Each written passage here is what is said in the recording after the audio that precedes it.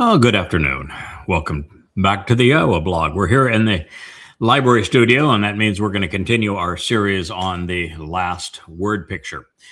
We've actually finished the 31st and final mashal or proverb, but that's not the end of the story. God has a great deal more to say about the intervention that literally saved the world, had the discussion that we have chronicled in the 31st Mashal not have occurred as it is recorded by the king himself as he presents this intervention by his adoptive mother and his adoptive father, then the world would be a very different place than it is now, because Dode would not have gotten back up after having fallen down, and there would have been no fulfillment of Pesach, Matzah, and Bakurim, which means there'd be no opportunity for an extension of life or even a chance to make this human experiment that Yahweh engaged in 6,000 years prove valuable. It would have all have been lost. So we're going to proceed on this line. My intent here is I'm going to present the 54th chapter of Yashaya, at least the first half of it, because it tells us ever more about this mother that came to visit with Dode 3,000 years ago and set him back on the straight and narrow path through the Torah. And then we're going to actually chronicle, and I've just finished my essay on it, what actually transpired to put Dode in this terrible place where he and Yahweh were on the outs. And so we'll go through all of that. It's rather shocking material. And following that, I'd like to delve into at least 2 or 3 additional Mizmor. We want to cover the 51st, which I think is the first expression after Yahweh's dressing down of his son following the Bathsheba situation, where Dode just wallows all over himself. And then I want to deal with the 116th, which is really a celebration of the relationship thereafter. So we'll make our way through the Mizmor and try to get our some bearings and closure on all of this before we turn our attention to back to other subjects. So as we peruse my favorite prophet, that would be Yashaya, Isaiah, on the very same subject of this productive woman, this Amma, Yahweh's most productive mother, we find that the 53rd chapter speaks of what Dode accomplished on Pesach and Matzah, which was the entire purpose of the visit, is to get Dode back up after having fallen down so that Yahweh could work with him and trust him in the fulfillment of Pesach and Matzah. And of course, the 53rd chapter of Yashaya concludes with an affirmation of that. It reads, "Yet he himself bore the guilt of many, and he interceded for the guilty." So with that in mind, Pesach and Matzah, as we know, work in harmony to immortalize and perfect the covenant family. You know, every time I see perfect, I'm just going to need to stop for a moment and explain the process. It's something that I've come to appreciate recently, and it's a point that needs to be made over and over again. Yahweh is not interested in perfection.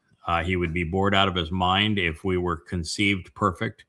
He is not trying to perfect us in the sense of making us flawless. It would be uninteresting for us and render us incapable of actually accomplishing anything that would prove our value to God or that we could be trusted by him.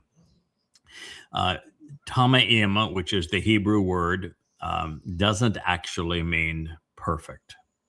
It is based upon the Hebrew root, the actionable root or verbal root, tamam, and it means to fulfill, to complete, to see the job through, to accomplish what needs to be done right to the very end.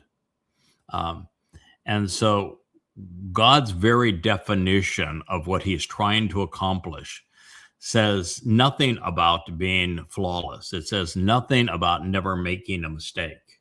It says that he is interested in us staying the course, that he wants us to see the job through, to engage and remain reliable, remain resolved to do what needs to be done and to not give up. So if you want a definition of what Yahweh was trying to achieve, it's not perfection.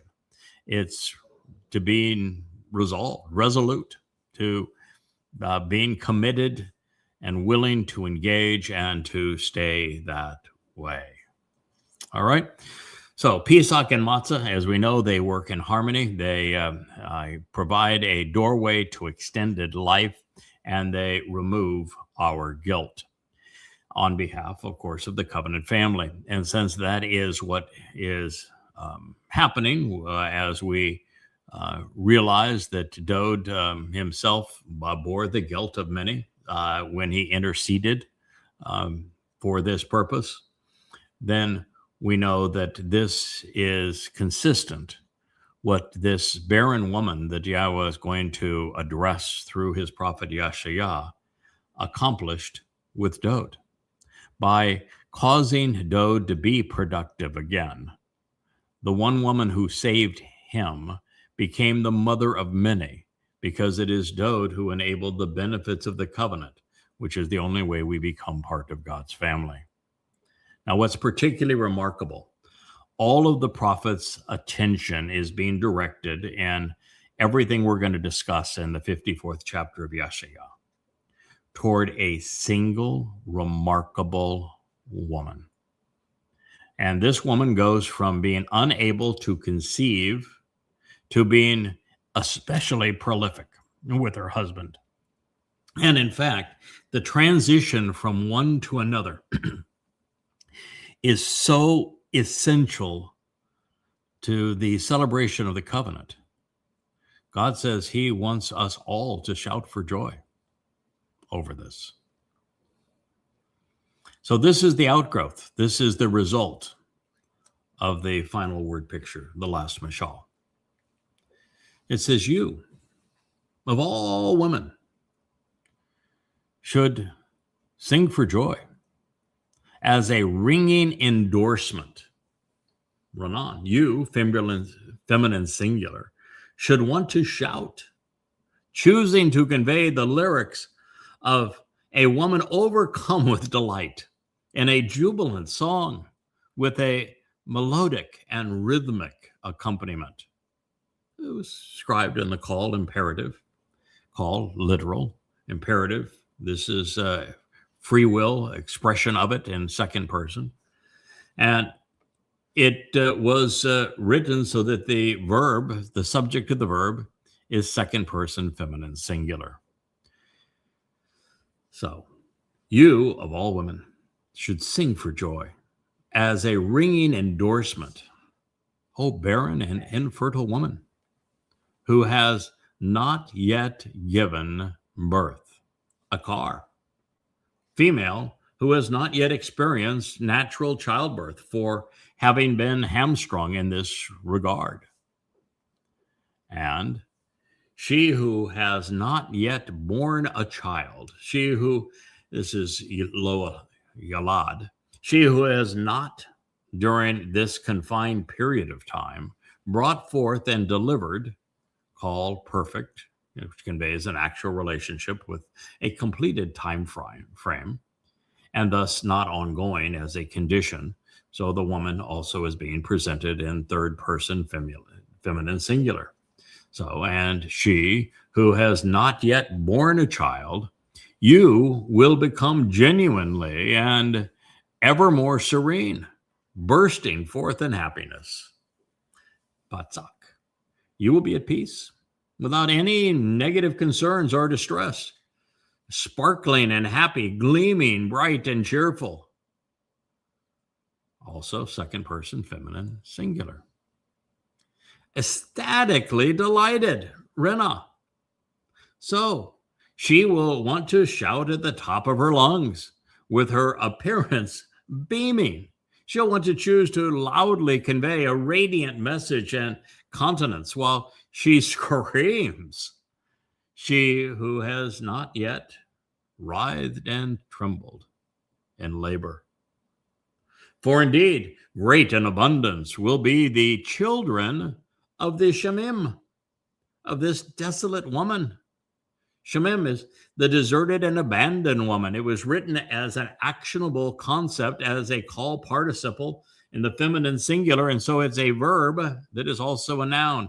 And therefore, Shemim, desolate woman, is an active title. From the children of Baal, the husband to whom she is married. Baal, the Lord and Master she has submitted to in matrimony. Guess what? It's also a verbal noun. Call participle was written feminine singular, speaking of the fact that she, this barren woman who is now conceiving, is doing so in harmony with Baal, her husband. That's not her husband here, it's the husband, Baal. Now, that statement was from Yashaya, which means salvation and deliverance, or from Yahweh, Isaiah 54:1. That's a long statement, isn't it? There's a lot to unpack there and to consider. So let's begin at the beginning, because I don't want anybody to miss any of this, because this is really an extraordinary statement. This is Yahweh speaking. He is speaking through the prophet Yeshua. And he is telling us that there is a woman who has not yet experienced natural childbirth. And that she is going to be the mother of many, so many that the world needs to sing and she needs to rejoice in this regard.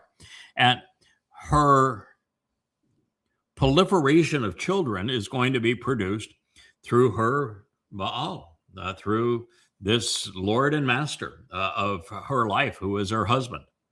And God's not obviously talking about somebody who, has, 13 kids or 14 kids, somebody that barefoot and pregnant their whole life, because those kids would probably be born into a religious family and would be stillborn.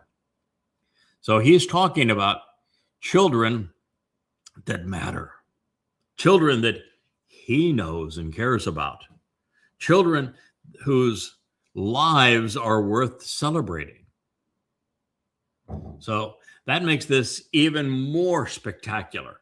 So God is saying, quite frankly, thank you, that there is a woman who has never experienced natural childbirth and the labor of natural childbirth, who is going to be celebrated as the mother of the covenant family in conjunction with Baal. Remember how Baal was used 3 times in the last word picture? Always in conjunction with the adoptive mother that was counseling Dowd as the son of God. And therefore, there is a man and a woman where they are working collaboratively to conceive the covenant family.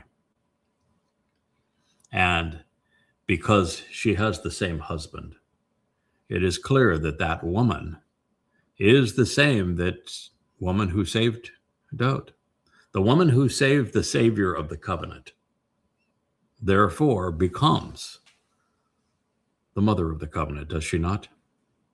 Without her intervention as Dowd's adoptive mother, without her designation as the Amma of Yahweh, without her being celebrated as the Ashar, there are no children of the covenant because Dowd does not return to his post. So you, all of all women, you of all women, should sing for joy as a ringing endorsement. Ringing endorsement of what? Ringing endorsement of God's plan, of the achievements that are conveyed through his story of saving our Savior. So you of all women, sing for joy as a ringing endorsement. O barren and infertile woman who has not yet given birth. Therefore, this woman who is serving as the ringing endorsement of the great news of the covenant family has not had a child of her own through natural childbirth. I know such a woman. She had 6 miscarriages. There happened to be 6 women in the Torah and prophets who were barren. And all 6 of those women eventually had their infertile nature resolved favorably by Yahweh, including this one.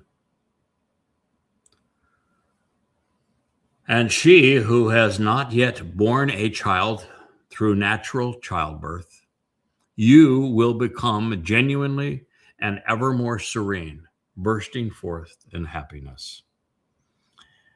Leah has raised a daughter, but it was the daughter of her ex when he went off and had an affair with a woman. She conceived. She was crazy. She couldn't raise the child. And Leah stepped in and said, I'll do it. And she did. But that's not natural childbirth. That child is not part of the covenant. Leah, because of the uniqueness of her blood and the fact that her husband had the same blood type, when a fetus would form, her biological system would simply devour it. And so she was not able to conceive a child of her own. And now, because of that, she's in a position where she can fulfill this prophecy. So she will want to shout at the top of her lungs with her appearance beaming. And this is she who has not yet writhed and trembled in labor. Very, very specific is God in this whole thing. This is a woman who has not experienced natural childbirth. A miscarriage doesn't count in that regard. Someone who has not writhed and trembled in labor.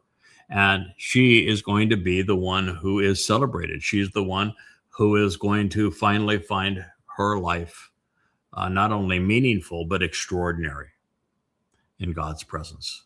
I mean, this is a powerful prophecy right in the midst of Yeshayah, immediately following that tremendous prophecy of how Dowd would finally serve as the Passover lamb.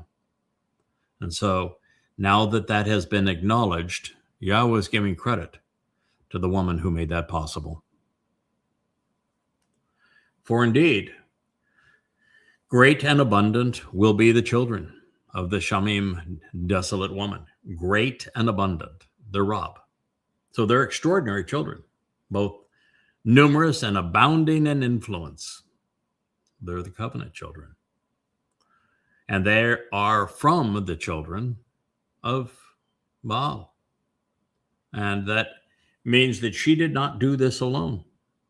That the covenant family does have parents.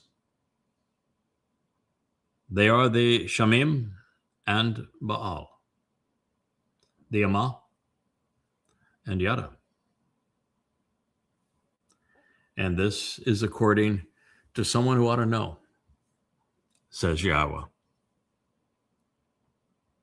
Now, we have already seen several of the many prophecies regarding the remarkable productive mother that Yahweh presents to his son, Dod, to restore their relationship, which was badly fractured.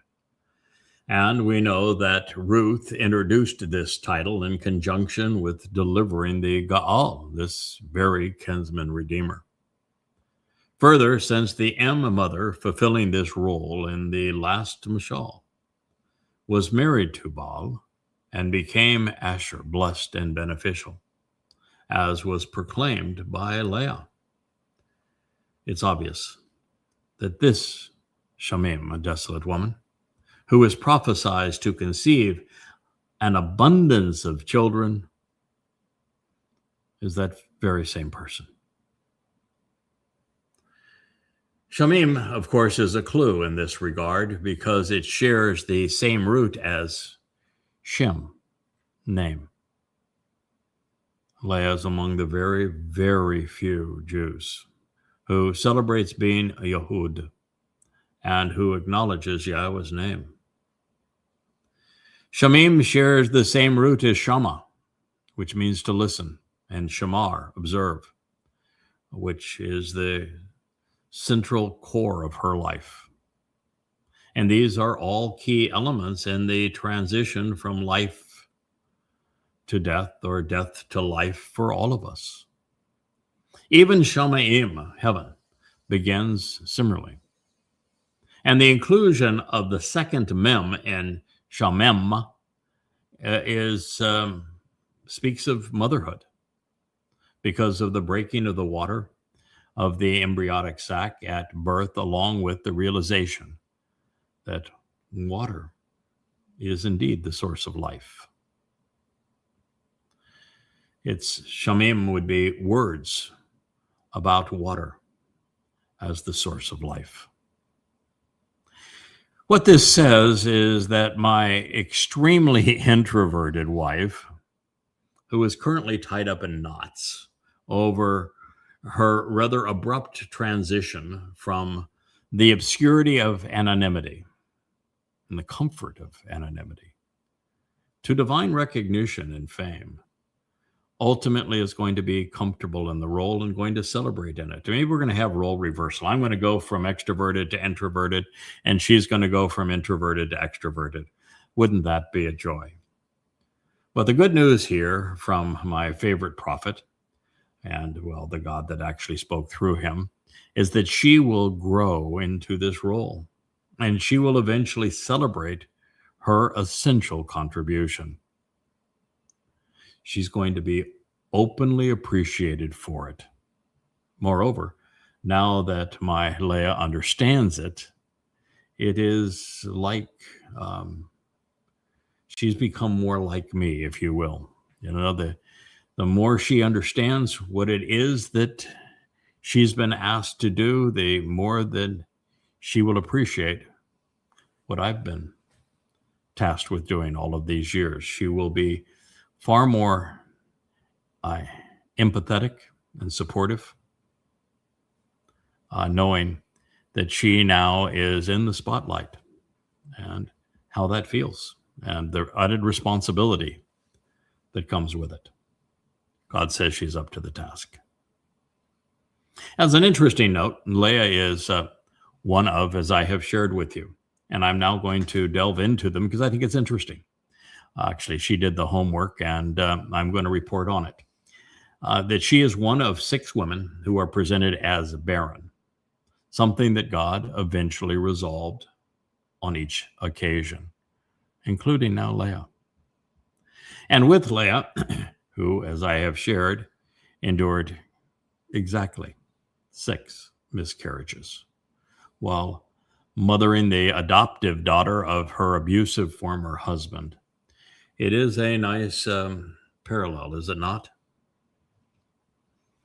Now, turning back the pages of time, we know all about Sarah as she is presented in Bereshith 11:30, because Yahweh caused the woman who laughed at him to conceive a child, Yishak, named Laughter, at the ripe young age of 80, thereby initiating the covenant.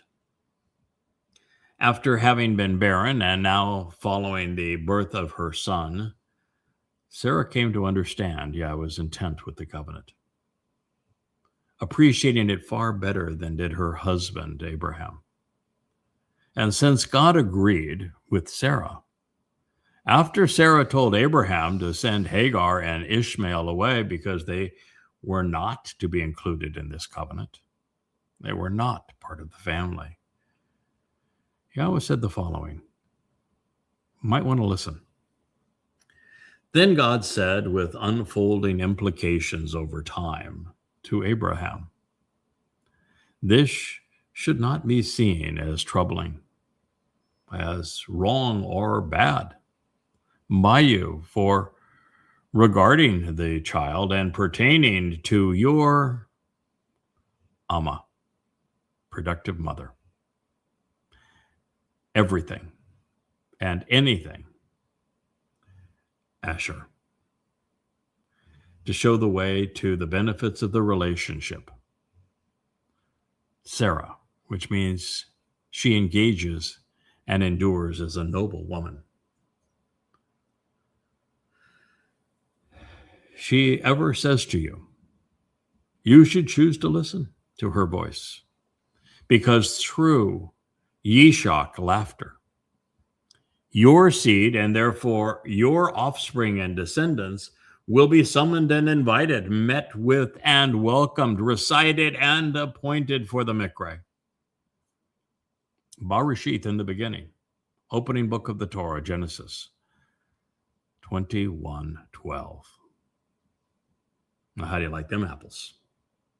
Here we go, and the first time that we are dealing with a barren woman, God told Abraham in front of Sarah that, nope, your plan is not my plan. We're not going to do this through the slave woman. We're going to do this the right way. Okay, so what if you're 100 and she's 80? Sarah is going to bear the first child of the covenant. And she busted out laughing. She said, I've been, infertile all my life. I'm now an old woman and I'm going to have a child. She laughed at God. God said, that's cool. I've got no problem with that. Name the child Laughter. That'll remind you of all of this. And 9 months later, she was pregnant and delivered a child. Well, she was probably pregnant immediately thereafter once they stopped laughing. And thereupon, the first child of the covenant was born. But what did God call her? He called her Amma, the productive mother. What's the first word that he said after Kol, following Amma? That she's Asher. She's the way to show the benefits of the relationship. And her name is to engage and endure. Pretty powerful, isn't it? I mean, with every word, if you just know where to look and what the clues are that Yahweh's laying, you can see right here a prophecy pointing directly to that last word picture, to the work of the Amma, to the woman known as Asher, to the first child of the covenant. So I'll share that again before we move on. Then God said, with unfolding implications over time, to Abraham, this should not be seen as troubling to you, sending Hagar and Ishmael away. It's not wrong. It's not even bad for you regarding the child and pertaining to your Amma, your productive mother. Everything and anything, Asher, to show the way to the benefits of the relationship. Sarah, meaning to engage and endure, ever says to you, you should choose to listen to her voice, because through Yishak, laughter and play, your seed and therefore your offspring and descendants, that will ultimately be the covenant family, will be summoned and invited, will be met with and welcomed, will be recited and appointed for the Mikra. Of course, from Kara. So when Sarah goes from barren to bearing, the first child of the covenant, she instantly becomes Abraham's Amah, productive mother. As the mother of the covenant, when that she says that others do not belong, yeah, well, she's supported by God. When Leah says, you do not belong in the covenant, God agrees. And when she speaks, we would do well to listen.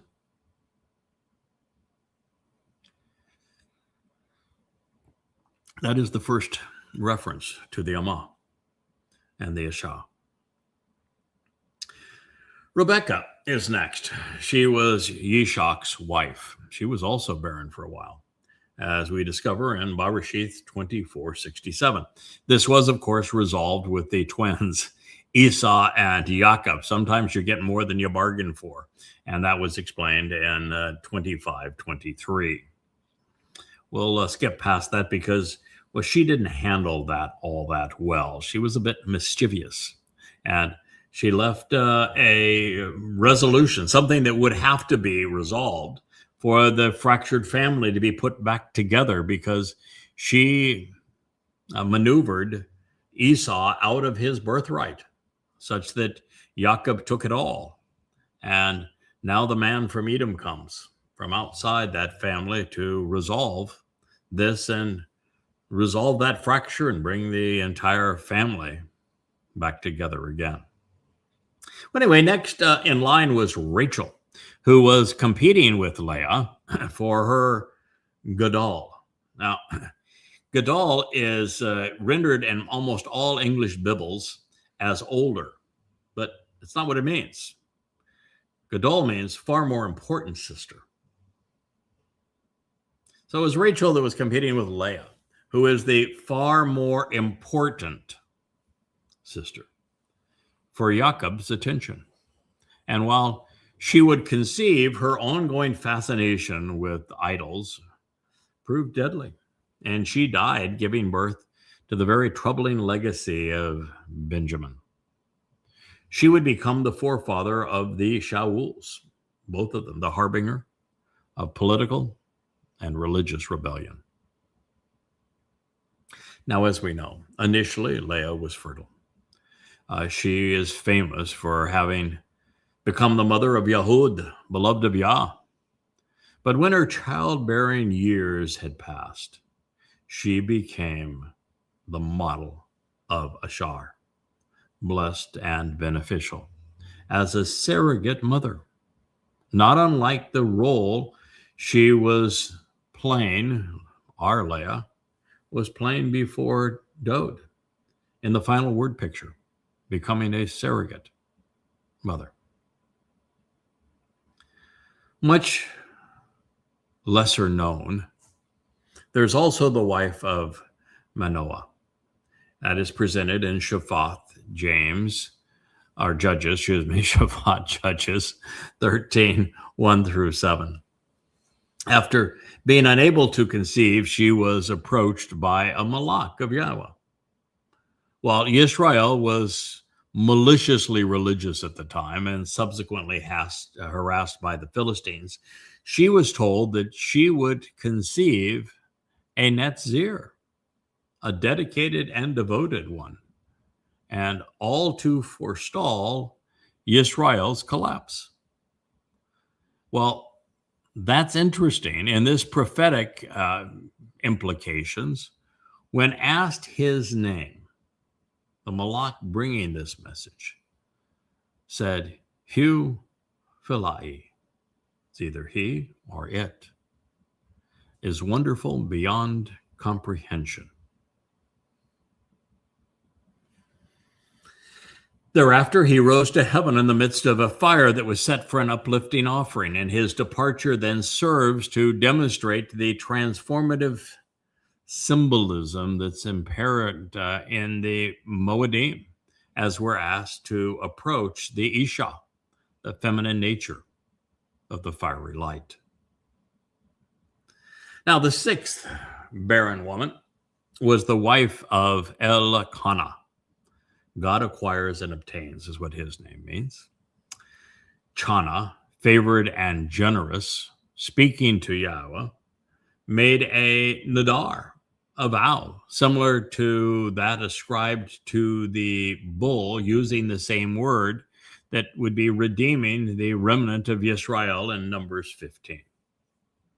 Thereafter, she called herself Ama Ath, your productive mother, not once, but twice, while requesting the Zerah seed of an Ish individual man to offer to Yahweh every day of his life without interruption. She conceived and gave birth to Shamuel.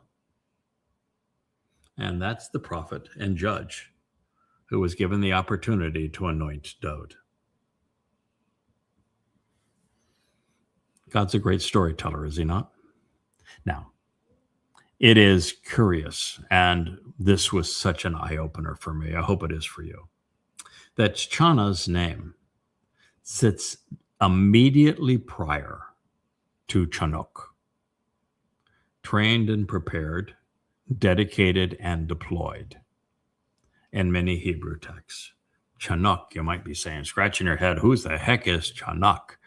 Well, what if I were to say Enoch? Chanuk is the person known as Enoch, not the one who stole his name to write the idiotic book. The Enoch who was with Yahweh and then was taken.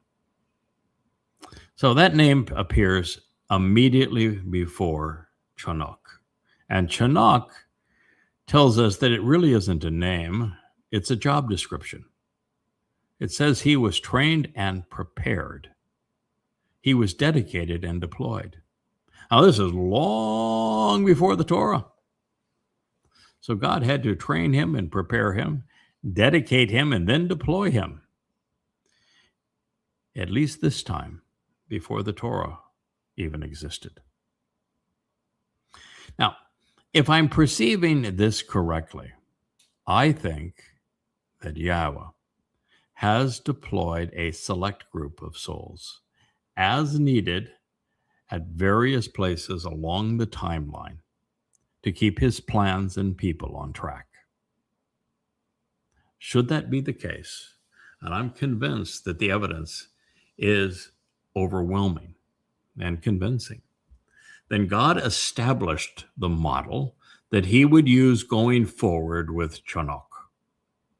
As his moniker affirms, he was instructed and equipped, then deployed for this purpose.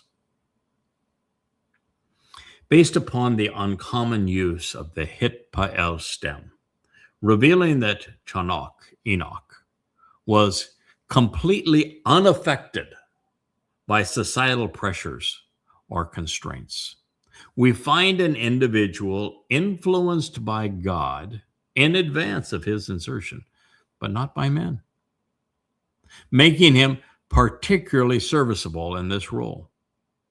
He is shown on a continual journey with Yahweh, such that they are walking through life and time together. In conjunction with God, their offspring included Mathushek, a man sent out as a stem. Yes, you heard that correctly. Mathushek, a man sent out as a stem. You know one of those? I know a guy. I know a guy. Explaining how the Choter stem would become the Etz Diath, the full picture provided by the tree of knowledge, all providing the counsel needed to restore Yisrael and lead them back to the tree of lives. So in this way, they would father many sons and daughters for the covenant over the years, would they not? Now, even the fact that he was and would be known for having existed 365 years at a time when the Hebrew calendar was 354 days, suggests that in another life, this same individual would be the first to correlate God's calendar with man's. Therefore, following the clues, it appears that whatever time, place, or title of Yahweh's choosing, he or sometimes she would be inserted into the ordinary flow of time by Yahweh, then removed, returning to God, awaiting the next deployment. Key to understanding the supportive text is the realization our nephesh soul is what matters. It can be put into or taken out of anybody at any time, and we will be doing that throughout eternity. Our nephesh soul is going to be encased in light and energy. And E equals mc squared says that we can take some infinitesimal amount of that energy and translate it into a physical body for our nephesh soul to reside when we wish to be interjected into the ordinary flow of time in the material world. So for God to do that, having invented DNA and living outside of the constraints of time, is exceedingly easy. And it is a beautiful way to solve this problem of having his plan, our key characters, go astray. Like when Dode fell off the wagon. And if someone didn't give him a good talking to, the whole plan was going to end up crumbled on the floor. So he inserted his Alma, most productive mother, followed by her husband, Yada.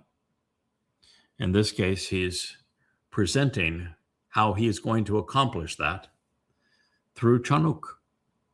So here's the supporting text. Chanuk, meaning trained and prepared, dedicated and deployed, was unfazed by external human influences in his consistent walk through life. Wahalak, he, free of human cultural, societal, religious, or political control mechanisms, traveled with, in the Hitpael, imperfect, third person, masculine, singular. He traveled through life under these circumstances with the Almighty. Afterwards, he delivered him with, or he delivered with him, I should say. He delivered with him Mathush-Shalak, a man sent as a stem. Of course, an individual dispatched as a shoot.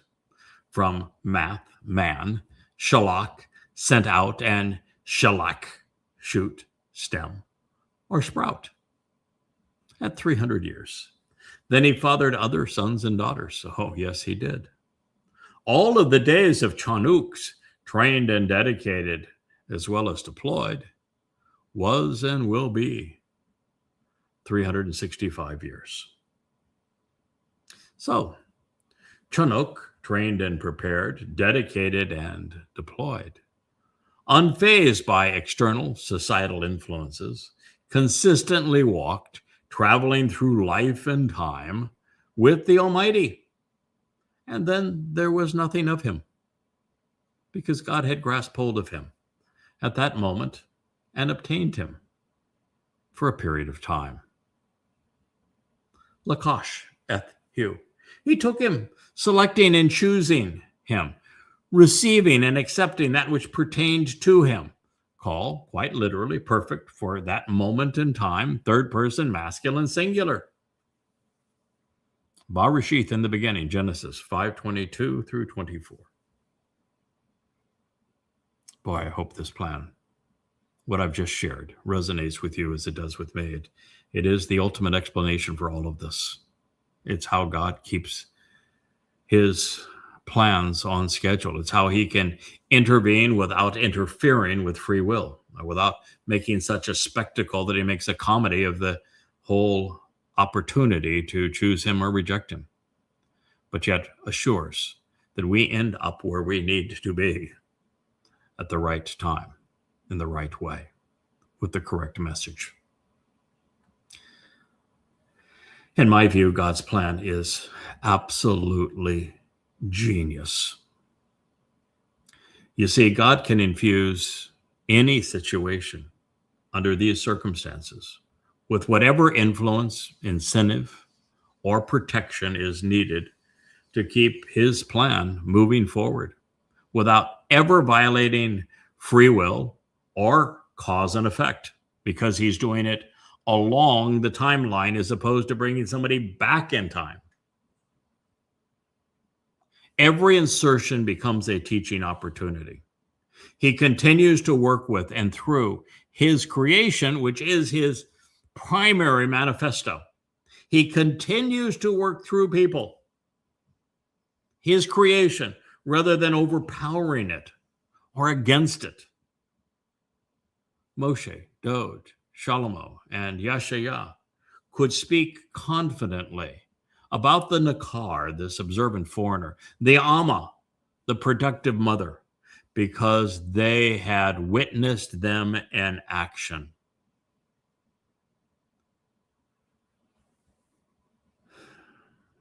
I would think I would give my right arm to have the covenant family and others have an appreciation of how powerful that insight is and how brilliantly it is conveyed through Chanukh, and what it means to be the Choder, to be the Nakar, to be the Ashar, to be the Amma, to be this Shamim.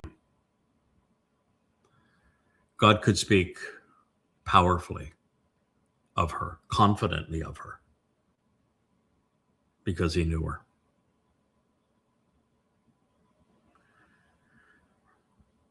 The Shamin, desolate woman whose husband is Baal, in anticipation of her prolific addition to the covenant family, God says to her, you should want to enlarge.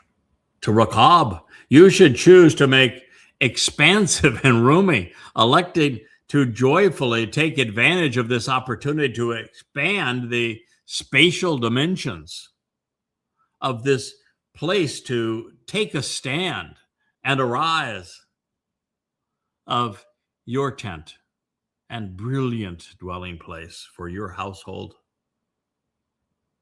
And the sheltering curtains of your tabernacle spread out. Do not withhold dimensionality, increasing your cords for the remnant. Mithara ata, the 10 strings which hold up, enlarge, and secure your, feminine singular, dwelling for those who remain. It's from my, to question, to ponder the implications of, seeking answers regarding Yathar, the remnant who are left. Does that ring a bell? Then elect to strengthen, toughening and hardening Shazak. Yes, there would be a woman who would be Shazak in addition to her man. Your tent pegs. Yeshaya, Isaiah 54:2. The terminology used in the follow-on sentence affirms that this barren woman's family will be conceived in the years prior to the fulfillment of the fall Mikra in 2033, year 6,000 Yah. This coincides with Leah's marriage to Yada, which is also presented in this prophecy as Baal. With many new children joining the covenant, God will accommodate her growing family during the millennial celebration of Sukkah, by expanding Eden so that it covers the entire earth. The heart of the land will still be Jerusalem, the city of Dode. Therein, the Makom, we find the standing place, which is the Temple Mount on Moriah, Mount Moriah. The tent will be stationed there at this time. It will be a replica of the tent of the restoring witness. I've seen it flutter in the breeze. And since the Ark of the Covenant will be repositioned inside during this period, the sheltering curtains will have to be spread out again. This reestablishes, of course, the Amma and Ashar, Leah, in her role as the fashion coordinator and the seamstress of Forevermore. Throughout this announcement, the subject of each action remains a uniquely prolific woman. At the mention of Shazak, strengthening and toughening, the mithar, the cords, may seem perfunctory at first glance, since it would be prudent to secure the tabernacle on top of the Temple Mount, would it not? However, it is also a play on words that inspires a pertinent lesson, because it is the mortal remnant whose resolve will need to be intensified for them to prosper during the millennial observance of Sukkah shelters. I had a good friend that wrote me today saying, I don't understand free will in this period. And I don't know if he was asking about the free will of the mortal remnant or the free will of the covenant family who will be teaching them, but just as a insight, because if he had this question, I'm sure others may have it as well. Free will is going to be very different during this celebration of Sukkah, as we have the mortal remnant of Yisrael brought back into this covenant family, which is why Shazak here is an important term. Now, people have full reign with free will.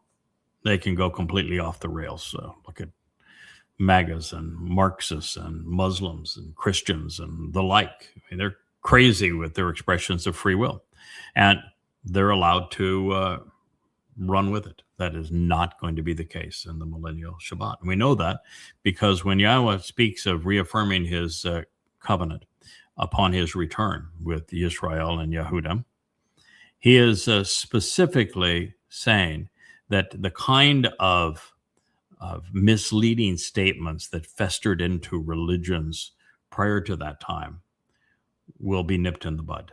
They will not be allowed to build up to the point that they mislead many and take them astray. God's going to make certain that you have the opportunity to make a mistake, no big deal. Correct it and move on, learn from it. But if you want to double down or triple down and you want to solicit others to your cause and promote your mistake, you're done. You will be marshaled out of that time. And then speaking of the covenant family, who will be their teachers, our expression of free will also be different. That's the reason why Yahweh is writing a copy of his Torah instructions inside of us. We will have to have some guardrails. We're going to have to know what is and isn't prudent for us to do as we're exposed to the fourth, fifth, sixth, and seventh dimensions, so we don't mess things up. Time, for example, we'll be able to witness antecedent time, but not engage in it, because we would destroy the fabric of the universe. We can go to the future and witness what's happening there, but we're going to have to be very careful as to how we act within time, how we act around a black hole, which is equivalent to Sheol, how we respond to the opportunity to manipulate the three-dimensional alphabet of DNA, the fabric of life. So there will be some constraints as to what we can do, because there are things that would be devastating. And, if one or more of us goes crazy and starts opposing God, and I can't think of any motivation for doing that, so it's kind of a hypothetical scenario. But should somebody do that, it's either going to have to be resolved quickly, or God will have no choice but to dispatch that soul to Sheol. So free will, while the opportunities will be much greater for us and our choices will be much more extensive, it's like an infinity times infinity times infinity times infinity more options and choices for us. Free will is all about making choices. We're going to have infinity to the fourth power more options and choices going forward. So lots of expression of our will in all of those choices. However, we're also going to have some guardrails on it so that we don't do something that puts everyone in harm's way. So I hope that's kind of an answer. The other part that I think of his question was, how do we present ourselves when we're, as covenant, we have the ability to transition between energy and matter? And how do we do that and interact in such a way that just doesn't blow people away?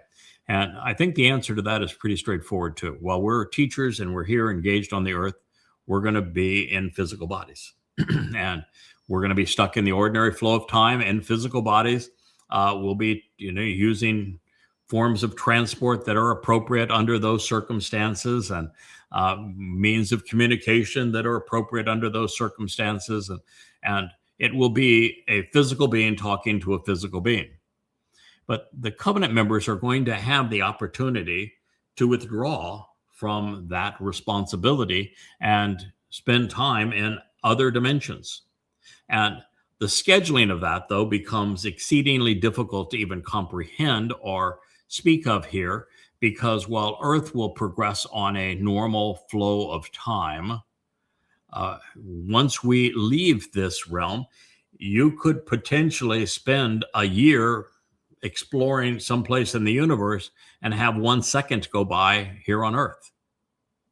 So I can't really speak to the timing, but I do think that the E equals MC squared of how energy is the same thing as matter, but a different amount of it. So we can take a bit of the energy that is now housing our soul and transform it into matter using the DNA equation and alphabet to re-engage here on Earth when it's appropriate, or on any other planet, or at any other time we want to sing a song, or feel the warmth of a sun on our face, or the breeze, or have a nice meal, a glass of wine, any of these things, sing a great song. We need that. And so we'll be able to go back and forth between these. And I think it's just going to make our eternal existence wonderful and a much more enjoyable, incredible way of interacting with the remnant of Israel. Those are my conclusions based upon everything that we have studied. I hope they answered the question that I was asked by Perry. And if not, he is a bold man. He will rephrase it.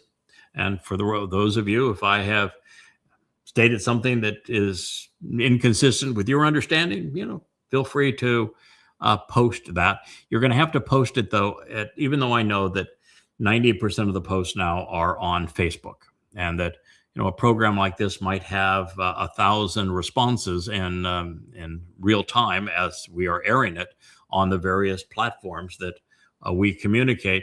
There might be 30, 40, 50 on Facebook. And it's on Facebook that I go to. It's just the easiest platform for me to use, because once the show has completed and I'm now free to interact, that chat room is no longer up on these other social media platforms, and it would just be too much for me to do anyway. It'd be too taken away from other responsibilities. So, little insight in that regard. The best place to reach me, if you have one of these kind of questions, is add a comment to one of the recent posts on Facebook, and I'm sure to see it and can respond to it that way, in a way that would be beneficial to all in terms of the answer. So I think that's the reason why Shazak is mentioned here. We will need to be toughening up. The very tenor of the mortal remnants that is going to enter the Sukkah celebration of the Shabbat during this time, because if they don't have some backbone and some character and some chutzpah, if you will, to use the Yiddish term, they're not going to fare very well, because we're going to be engaged, we're going to be working, we're going to be productive, we're going to show we have the resolve to overcome challenges, and we're going to build a wonderful world together for over 1,000 years, working together. So some shazak will be quite helpful. Plus the fact you're going to be exposed, if you're a part of this remnant, you're going to be exposed to some very shazak individuals, starting with this Baal Choder and Nakar all the way down. King's going to be shazak. I'm going to be shazak. This marvelous mother, she will be shazak as well. And if you don't want to be overpowered, it's highly recommended. We don't do well with the meek. Now, the opening line of what follows reaffirms that there will be many souls added to the family of God on Teruah. Now, this is largely the result of the sacrifice of the Adam of Perah, purging this final remnant who are now spread out to the right and to the left, all around the Temple Mount. At this moment, it is signaling their imminent arrival, and that there will be copious amounts of water that will be released to cleanse these remnant that are gathered of Israelites and Yehudim in the manner of a woman's water breaking, if you will, in anticipation of giving them new life, a second chance, a rebirth. Particularly reassuring is that the Amma's offspring will be spread out, as we've said here, to the right and to the left, to the north and to the south. And that means that there may be some goyim with the Israelites born into the covenant during Teruah, or it could just mean that there will be Yehudim and Yisrael at this. But I think that the most likely scenario is that during the celebration of Teruah, God has promised that there will be goyim brought into Israel with the right attitudes and aptitudes, along with Israelites that will have been minimally, if at all, religious and political. As we have already discovered in Yeshaya 17, additional goyim will be brought to Jerusalem at this time as laborers. This means that the ethnicities and the nations who subjugated and deposed Jews for centuries will be given the opportunity to repay their debt and to square their accounts. God is fair, after all. It reads, "Indeed, you will give birth, creating a significant spreading out, parats. You will burst forth, symbolic of the water breaking and gushing forth from the womb, to the right and on the left, which is the south and the north. Then your seed, representing your offspring and descendants, will inherit and take possession of the Gentile nations and non-Israelites. They will inhabit the desolated and deserted cities." Yeshaya, freedom and salvation are from Yahweh. Isaiah 54:3. Well, this is quite a portrait of what we have in store just 7.5 years from now. We should all be celebrating the great contributions, of course, to the covenant family that are provided by our beloved Ashar.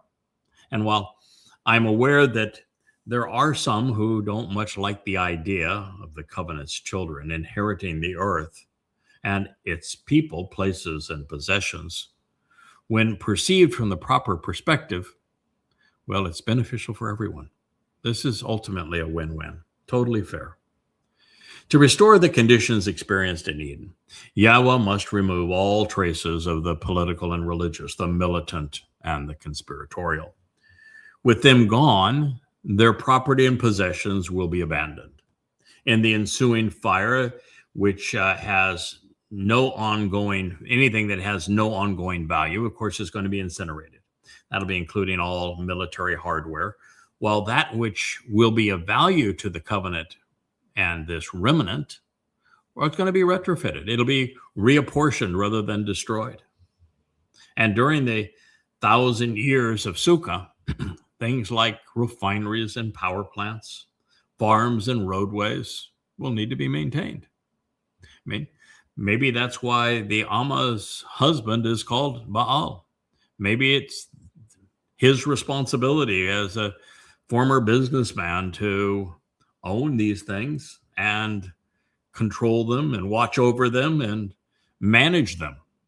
They're going to need to be managed and maintained, staffed.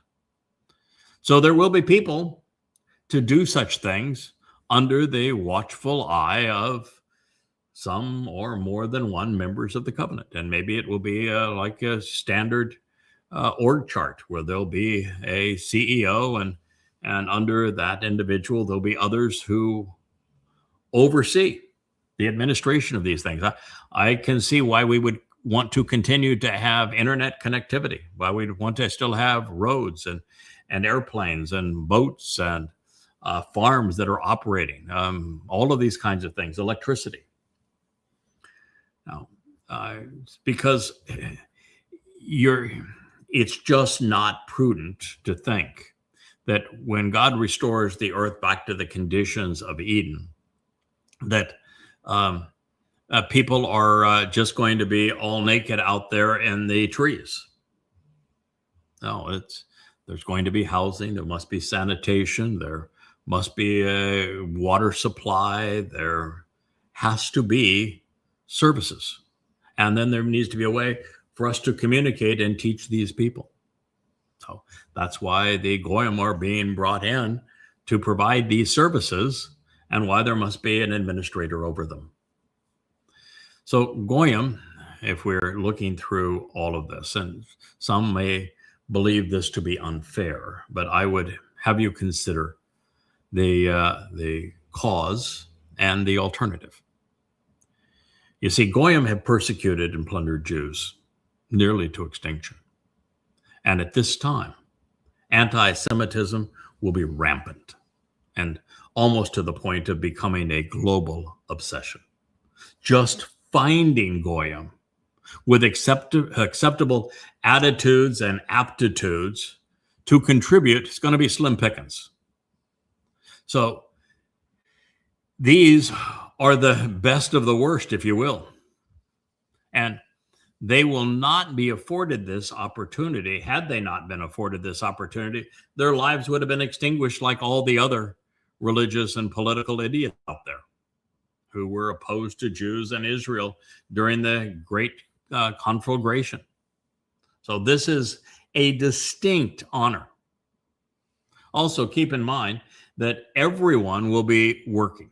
It's not just them, including covenant members and all of those included within the remnant. So labor is not punitive. The conditions are going to be ideal. The management will be divine.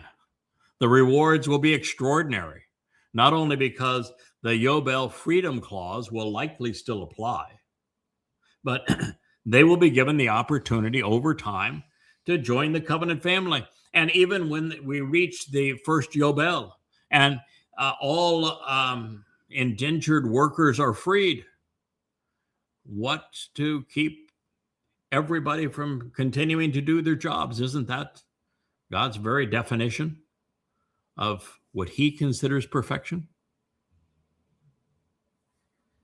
Therefore, this is a well-deserved reward for the Ashar's family. It's just compensation. It's also a form of accountability. And it is also a marvelous opportunity for all others. God's plan is fair and it's beneficial. And should you not like it, well, you don't have to participate. You can opt out. Considering how repulsively the men and women of the mother goddess cult clique, as I like to say, have treated my wife recently, and how discriminatory the world has been towards Jews. I think this is reassuring.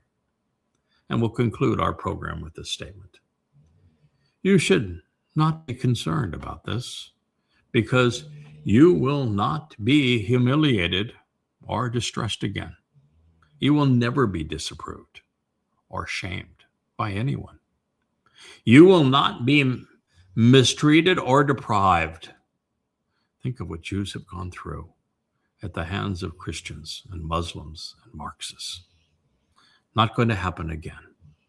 By contrast, you will not be anxious, dismayed, or confused. Indeed, you will forget being disappointed, humiliated, and shamed when you were younger. And then the contemptible and dishonorable condition of being insulted by you being abandoned by a spouse and forsaken, you will no longer recall or remember ever again. God is setting up the opportunity for a new beginning, a fresh start. This perfect scenario where all of the horrid things that have taken place again are bygones. And we start over with a fresh slate. And working together, all making a contribution, Goyim and Yehudim, men and women, boys and girls, everyone gathered into this opportunity. The horrible conditions of human civilization over the past 6,000 years will be forgotten. And we will begin anew, creating the kind of conditions and people and attitudes and aptitudes that can impress our God, that can earn his trust, that can cause us to feel good about ourselves and about the situation we're in, about the contributions that we're making. So I'd like to leave you at that for this evening. We've gone an hour and 12 minutes into our program. Look forward to being with you next time. I think that this recap by Yeshaya, by Yahweh, speaking through Yeshaya, is such a marvelous way to expand our understanding of that woman and the consequence of her life as she saves our Savior and therefore becomes the mother of the covenant, and how she works together with her husband to achieve all of these things and what we're going to experience over these next 7.5 and then 1,000 years thereafter. It's all being shared with us in a very informative way. So thank you for your time, and look forward to being with you again tomorrow. Good night.